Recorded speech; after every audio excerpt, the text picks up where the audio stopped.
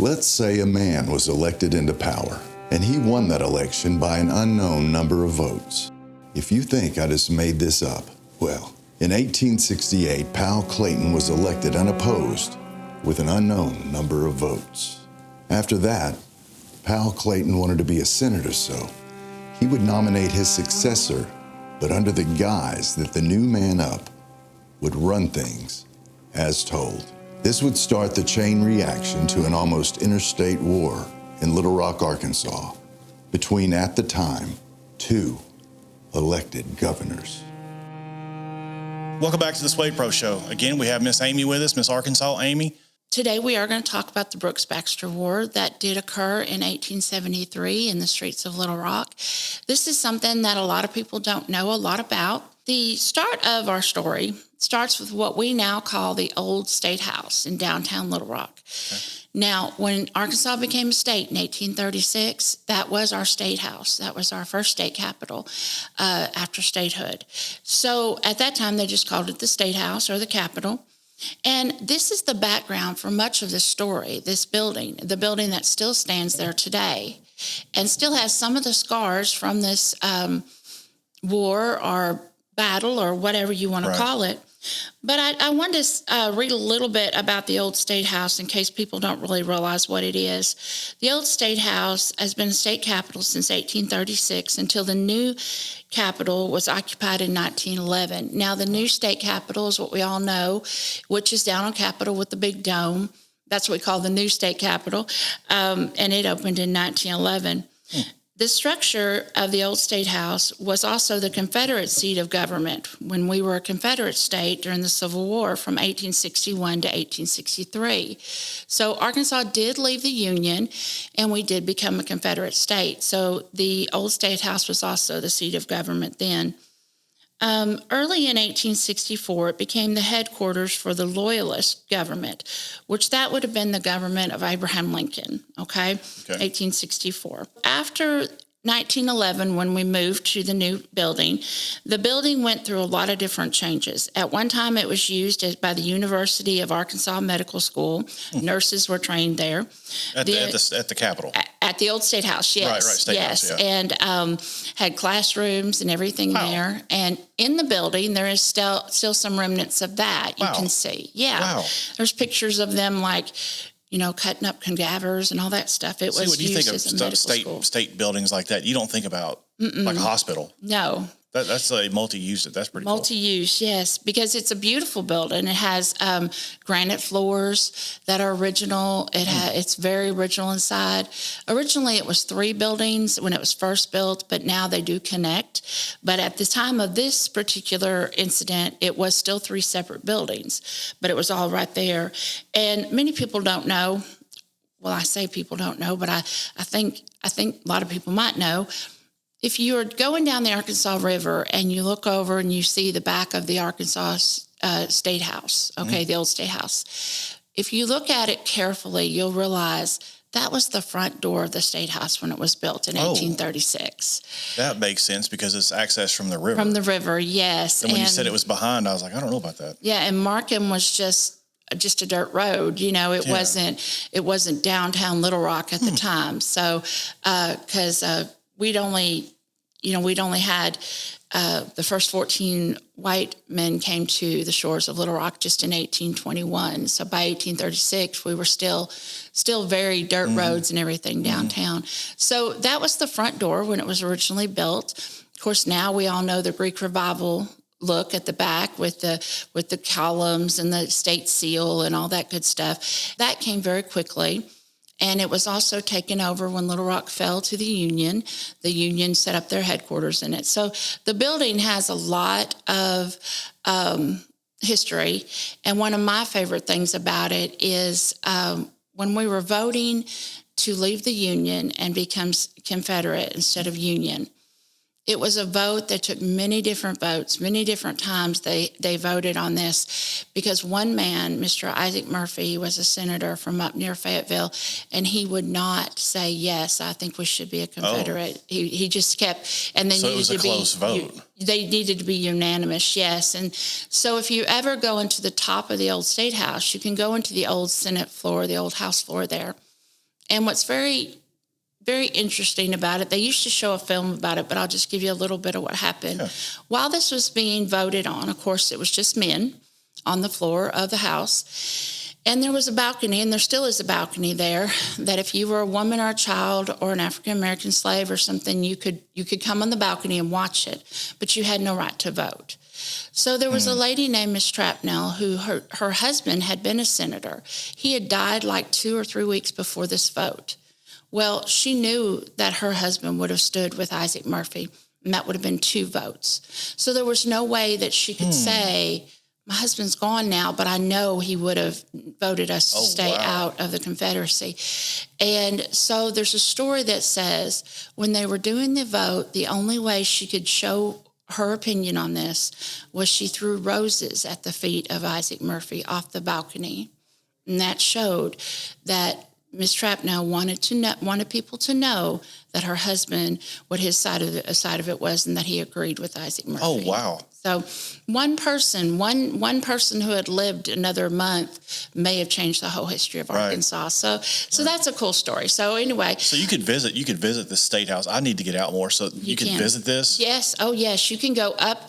You go into the side door, and there's always a docent there, and you can wander around. You can go upstairs, this grand staircase, and you can go into the Senate floor where the vote was taken. That'd be cool. It's very cool. And there was also something that happened on that floor when we were just a wilderness. They used to pay people to shoot wolves because the wolves were taking over downtown Little Rock. Oh, wow. Okay, so or what was to be downtown. They would shoot the wolves, and but a lot of people would shoot the wolf and then bring the wolf to get paid for, but they might bring the same one 3 or 4 times. And I don't understand. So they didn't collect them. They didn't really collect proof. them. They just said proof, and here's your money. And so there Taking was advantage of the situation. Exactly. So there was a scuffle right there on the floor. That's Arkansas. That's Arkansas. At one time, there was a scuffle because some man said, "You're cheating. You're bringing that same wolf in multiple times. You're cheating." And he took out a knife and he stabbed the other guy right there on the floor, right there at the upstairs in the old State House. Oh, my goodness. So, that building holds a lot of things. Yeah, it's but a lot now, of history. what happened there is very interesting. So tell us about it. So here's what happened. A lot of us think we know what a Democrat and what a Republican is, right? Well, we don't. And it used to be completely different, and that really blows people's minds. Right. And so I can remember knowing that my family, my great-great-great-grandparents would have recognized themselves as Democratic, but at this point they would have recognized themselves as Republican. Yeah, I think they've kind of switched. They've switched. Right. They've switched, not completely, but a little bit. Right. And that comes out of the Civil War. It really does. You didn't have a lot of choice. You were what your family was. Right. There wasn't all this, I'm going to be this or I'm going to be that. Yeah. So how this came about, though, was after the Civil War. Of course, the 13th Amendment came. I'm starting with, but set the slaves free. Right. And so Arkansas, being Arkansas, which wasn't very wealthy in the first place, just had a lot of displaced people because they didn't know what to do or where they were going to do or what they were going to do. We started in a period called Reconstruction. Now, every state started this, and the federal government, of course, encouraged it. But every state had it just a little bit different. So Reconstruction for Arkansas was about 1863 till about 1874, and it was in 3 phases, okay? In 1868, they provided the African-American males only, they provided them with some economic development, and they established public schools for them. Well, maybe public schools were men and women, but African American men could run for office, could run for senator, could vote, that sort of thing. And this was when again? What this year? was in 1868, right after the Civil War. Right. And so the Constitution of Arkansas at that time made it a little bit difficult and prohibited a lot of things. But again, this was something the federal government, the government of Lincoln, was promoting. The eligibility to vote was a very hot topic because we at that time were still not taken back into the Union. Okay, the Civil War was over, but it was still years after that before Arkansas was recognized back in the United States. We were still had still committed treason against the United States. Ooh, I didn't know about that. Yes, and so because of that, if you were a Confederate or you were an ex-Confederate at this point, you were not allowed to vote. Oh. So imagine that. So you have a family of slaves that's been on your plantation for generations, and all of a sudden that man can vote, but you can't because you were Confederate. Right. So that you can imagine what kind of problems that caused. Of course, everybody wanted to control Arkansas politics. Everybody wanted to control it. I think they still do. They still do, yes. Arkansas politics is... I mean, of course, I love Arkansas history, but Arkansas politics is the wildest ride you've ever gone on. I can only imagine. It is just like, and I'm going to tell you even about something in 1996 here, because it is just the most wildest thing I've ever seen. Yeah. And, I don't know if you've heard, and I don't know if it's completely true, but sometimes during elections we hear as of Arkansas goes, so goes the country. Yeah. Well, also in the Civil War, we were a split state at one point. We were half Union and half Confederate. I can see that. Nobody else was that, though. No other state was that. Yeah, I love Arkansas, but that was different. Just us. We are different, and so so that's what I'm saying. Not only in Arkansas could this event have happened. Right. So we come to January of 68, and at that time we had a governor. His name was Powell Clayton. Powell Clayton was a governor. He was a Republican governor, but again, there was two different kinds of Republicans, okay? Right. You had your Democratic people, which your Democrats were mostly ex-Confederates, but remember, they couldn't vote. Right. So then you had your Republican Party, who wanted to control everything and wanted to limit the African Americans' rights to different things. But then the Republican Party was split, and there was another part of the Republican Party that were called Loyalists, and they wanted everyone to be able to vote. They even wanted ex-Confederates to be able to vote. But at that time, people were still wrestling with, do we prosecute Confederates for war crimes? Do we do all these different things? And so all of that came into play, and there was just a lot of tension all the time. So, of course, they looked at them like, of course you can't vote. Right. We're never going to give you that right. You're the low of low. Yes, definitely. When Powell Clayton was elected, he ran unopposed with an unknown number of votes because, that's how we do elections in Arkansas. And therefore, he gained the Republican control over the governor's office. He was our ninth governor of Arkansas. He became our governor in July of 1868. He had bigger aspirations, and he wanted to be a senator, and he really ran his office was just an iron fist. You didn't come against him. You did what he wanted you to do. He didn't want to hear your opinion, even if you thought everyone should vote. He didn't want to hear it. You were going to do what he wanted to do, and he was really thought he controlled all of Arkansas politics. It's sad that a lot of people get elected and they're like that. Mm-hmm. And he went on to be a senator. A lot of times this Brooks-Baxter's War is called the Arkansas Second Civil War. And the ex-Confederates some of the ex-Confederates called themselves conservatives, but they were also Democrats. And the Unionists were the people who supported Lincoln, but not all Republicans supported Lincoln. So, of course, then Lincoln was assassinated very soon after the Civil War. You have to think about all this Reconstruction going on and all this stuff happening to see what happened when we went to have these two men that fought over the office of governor of Arkansas. Powell Clayton thought, well, I'm going to go off to Washington and be a senator, so I want to handpick the next person that I want to run for office. And he thought, well, this guy was going to do what I want him to do. John Brooks. So this Powell Clayton guy, right? Powell Clayton. He picked his successor. He was going to pick who his party was going to back, is what he was doing. Okay. That's what I was wondering. Yes. I was like, I thought they were voting. No, well, I'll tell you about the votes and how they were counted back then too. But he thought, well, we've got so much power that we're going to pick somebody that we know that will come in and run things like I would. Okay, that's what I was thinking. That's what he was trying to do. And there was a man named Joseph Brooks who had been in his government in different ways and different things. He had been a senator and different stuff, but he was kind of opposing Powell Clayton, and he said, I don't agree with this. He said, I think everyone should have the right to vote. He said, whether they're black, whether they're ex-Confederates, he said, we just need to fix that. Right. Now, other states in the South had already been giving the ex-Confederates the vote. But Ulysses Grant was our president, and he said, this is a state-by-state decision. Gotcha. And so you'll do it when you do it, but other states were doing it. In fact, Arkansas actually was the last state to give ex-Confederates the vote. So a lot of them left Arkansas, nevertheless. It's where they could go. But Joseph Brooks, let me tell you about him. He was a Northerner that came to the South during Reconstruction. Well, there's a name for guys like that. They're called a carpetbagger. You ever heard that before? Never. What is that? Oh, my goodness. Okay.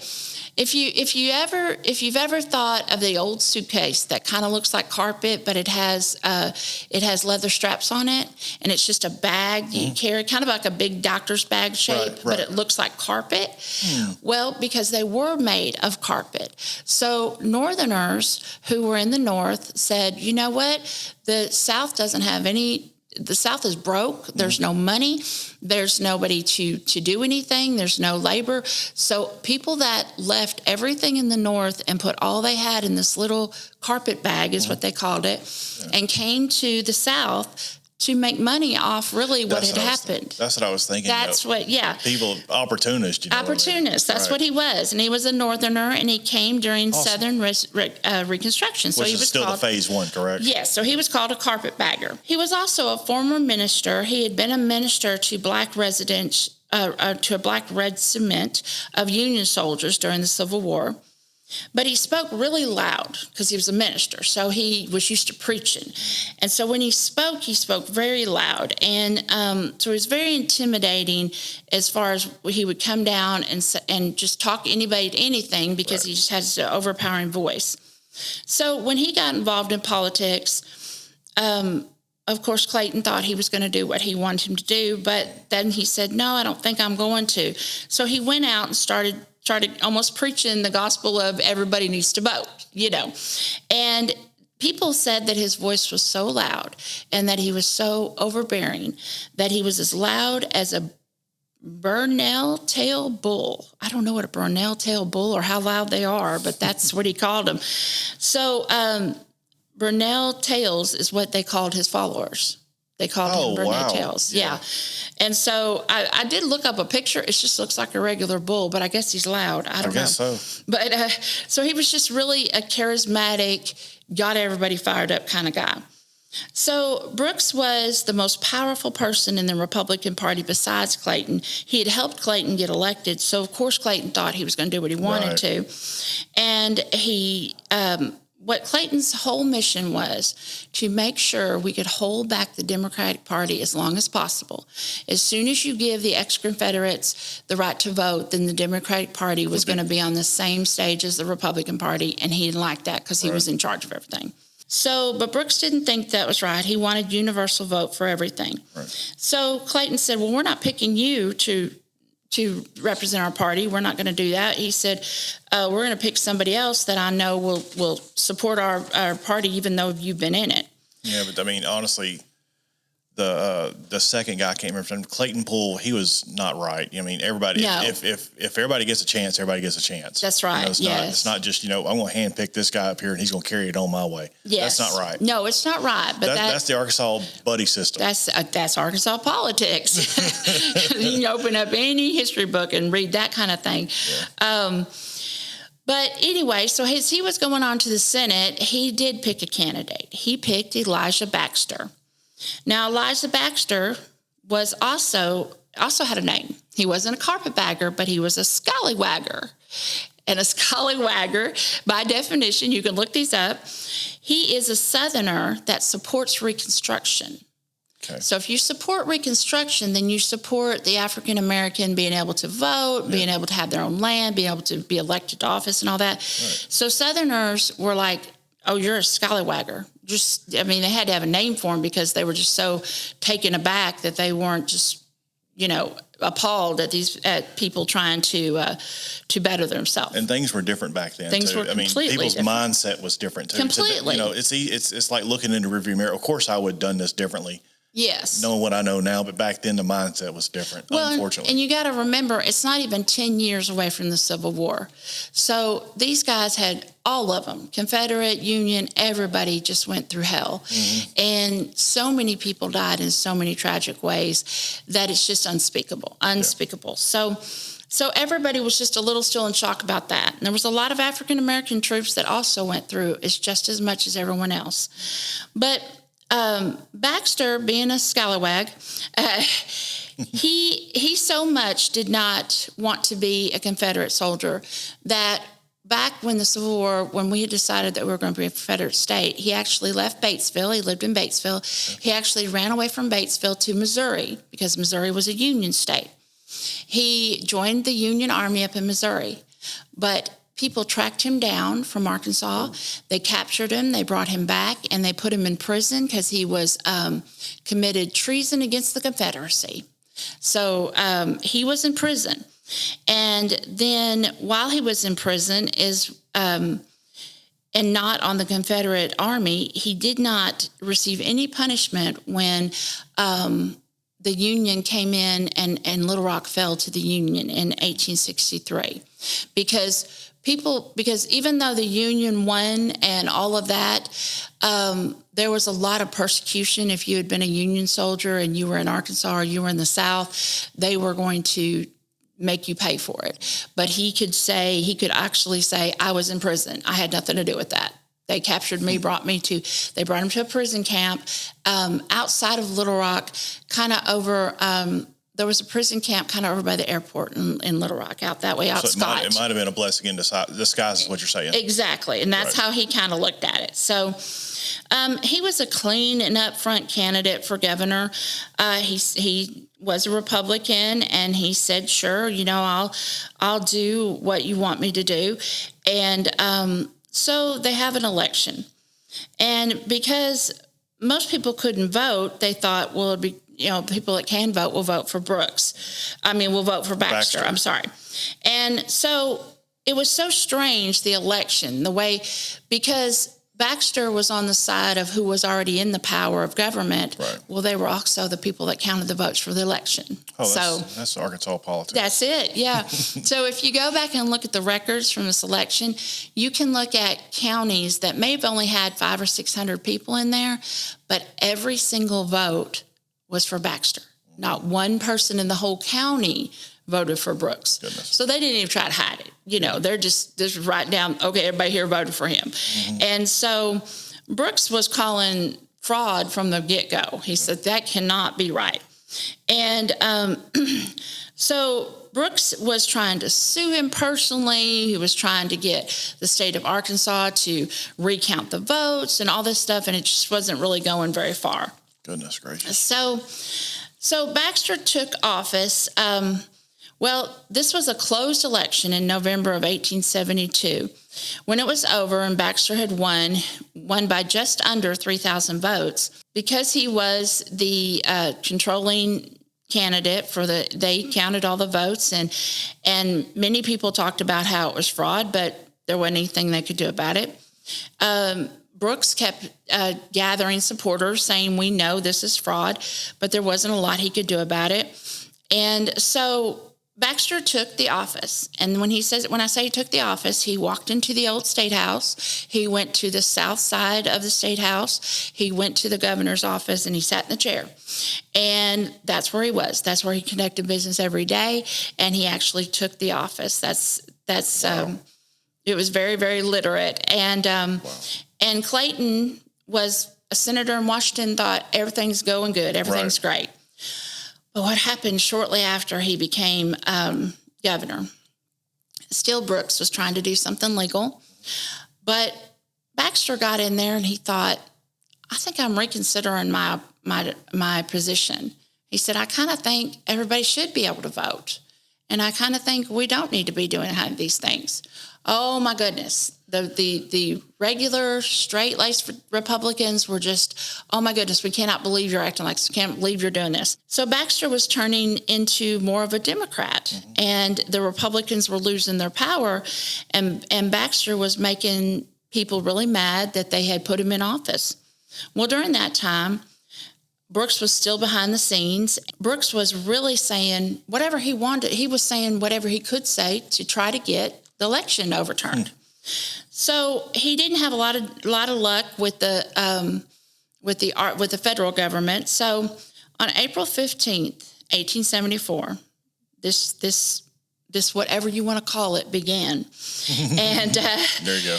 Brooks got a Pulaski County judge to rule that Brooks was the legal governor of Arkansas. Oh. And there's not a really explanation about that. He just got him to do it. So who knows what happened there. And so on that very day, Brooks and 20 armed men, they busted into the State House. They walked right up to the governor's office. Governor Baxter was sitting in his chair with his young son. And at gunpoint, Brooks pointed a gun at him and said, "Get out of my chair and remove yourself from the State House immediately." Well, the judge had originally gave an order that Baxter be arrested and thrown in jail, but somebody messed up and he wasn't arrested. They just told him he had to leave right then, and all of his staff and everybody had to leave then. And so they went out on Markham there, where the old State House is. So Baxter walks out of there. I'll tell you where Baxter went, and then we'll talk about what Brooks did to the Capitol. But Baxter walked about 2 blocks, kind of in front of like the State House Convention Center, to the corner of Scott and Markham. There was a big hotel, boarding house, kind of next to the Capitol Hotel there. It was called the Anthony House. And it was a tall, multi-story place, had balconies on it and all this. Well, he walks in there and declares that it was now the seat of government for Arkansas. Put up an Arkansas flag, and his supporters, who had also been escorted out of the Capitol, were with him. And he said, this is now the state of government. Well, back at the old State House, these men that had came with Brooks immediately started doing things like they set up tents in the front of the grounds of the Capitol, and they were going to make it into a fort. Took down the doors in the front and the back of the state capitol and put cannons there, just in case anybody was going to approach the doors. They were going to have cannons right there. Goodness. Yes, they built wooden barriers, and they dug earthworks on the grounds, just kind of like tunnels that they could get into, because they were expecting an invasion. Sounds like they were expecting Baxter to come back in full force and have a war. I was wondering. I mean, put a cannon in a door. You're not expecting one person. You're expecting several something cannons, else. Yes, and they set up camp in the inside the old State House. And the original plan to arrest Baxter, somebody really messed up, because if they had arrested him, this whole thing went a different way. Right. So, but he didn't. He went down and he regrouped at the boarding house, the corner of Scott and Markham, started gathering people, and by nightfall, Brooks had hundreds of men at the old State House, and Baxter had hundreds of men at the Anthony House. This is crazy. It was crazy. How can you just say, like me, go to your place, and your place is now mine? It doesn't work that way. And also, there's people that write stories, and the Arkansas Gazette had wrote stories about this, and people had put it in their diaries. And people noticed, if you ever know how the old State House looked, it's a white Greek Revival stucco building. Okay, I haven't seen it. But 1873, of course, we don't have street lights. We don't have electric lights. It's you dark. might have gas lights. It gets dark. Right. And so they said that the campfires that these guys at the old State House, when they pitched their tents in front and made these campfires, it said it almost looked like they were setting the building on fire, because the flames were reflected off this white stucco. Right. And so people noted that kind of thing back then. And at the end of the story, we'll find out really the damage that they did do for it. Yeah. But so in the next few days, everybody was gathering their troops. Now, Baxter, he didn't waste any time. He got his supporters there. Like I said, he hung the flag from the balcony, declared it the seat of government for the state of Arkansas. He also had hundreds of picketers walking up and down Markham, carrying signs saying that this was illegal and everything. But he also told one of his guys, and this is a cool part of the story, there was a schoolhouse down the road on 2nd Street called Kramer School, Kramer, Kramer School on 2nd Street. Well, Baxter knew what was there, and he told him to go get it. And what was there was a cannon that had been saved from a ship, from a Civil War ship. Wow. It had been found in the mud after the ship had wrecked, and they pulled this cannon out. Well, they had taken this Civil War cannon and just put it in front of the schoolhouse, kind of like a decoration. Right. He said, go get me that cannon. So they got the cannon. They took it to the Anthony House. He declared it called Lady Baxter, and he pointed it right at the old State House. Now, he never fired it, but he pointed it, and there it was. Now, there's the threat. There's the threat. Now, here's another thing. You're going to have to take yourself to the old State House to see all these little things. I definitely am now. But as soon as you walk through the iron gates of the old State House, on the lawn before you get up to the pillars, there's a cannon. It has cannonballs beside it. That is Lady Baxter. Oh, wow. I'm not kidding. That is the actual cannon that's still on the grounds. That was pointed from the Anthony House to at the State House. But that kind of tells you who won the war if the cannon is now on the State House grounds. So that's where she is, and that's where she's been since 1873. Wow. So, and if you go up to it, it has the plaque on it. It says Lady Baxter. People don't know what that means or why, but this is what he named it. This is telling them why. This is telling why. And so, supporters of both sides. Now, remember, these guys just got out of the Civil War. All they know is soldiering.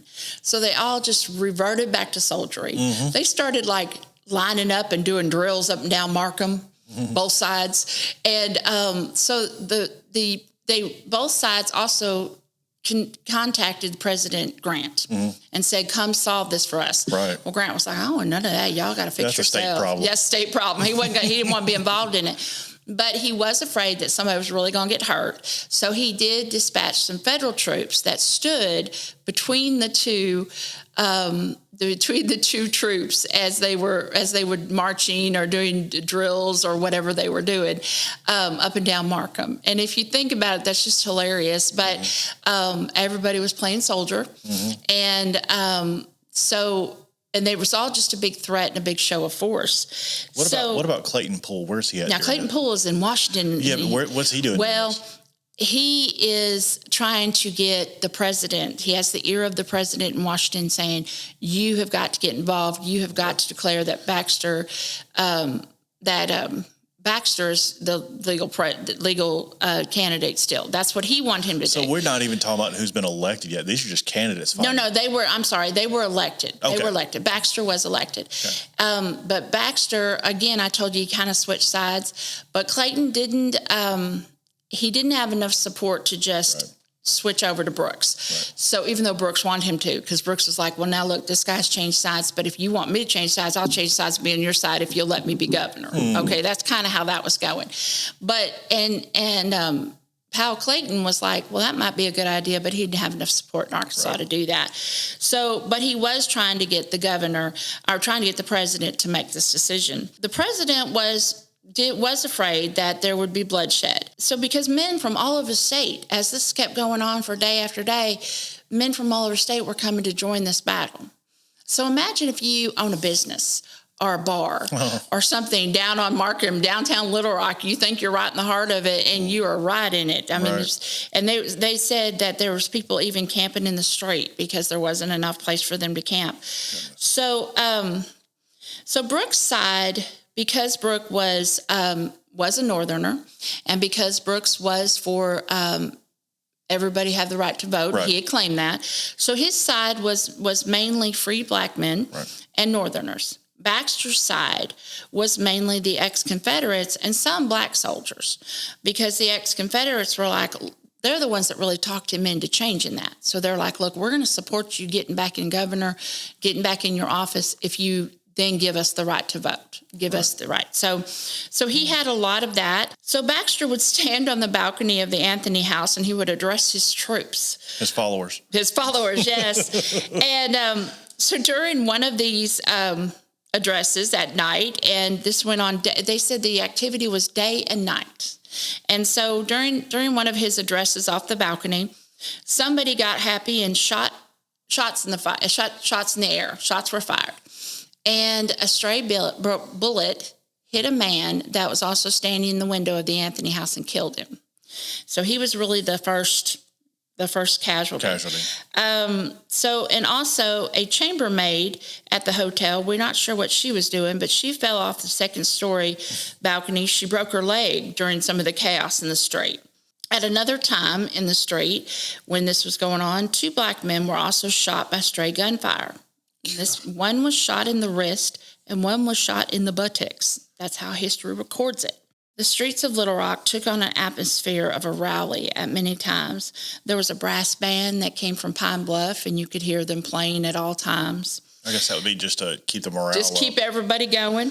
Goodness. And where do people work during all this? Something here, lots of people doing stuff. See, who's making money here? Who's getting paid? Yeah, who's getting paid? Exactly. Somebody's getting paid. You know that. Yeah, stuff costs. So there are also some of the bars and some of the downtown businesses were making lots of money because they had to keep people going 24 hours a day too. Influx of people buying stuff with no job. And the Anthony House was booked solid. Yeah. And the Capitol Hotel booked solid, because the Capitol Hotel was the other big hotel right there too. Photographers were even there taking pictures. I was here during this, and postcards were going out. The first selfie. Yes. Those postcards of we saw this happen then. Right.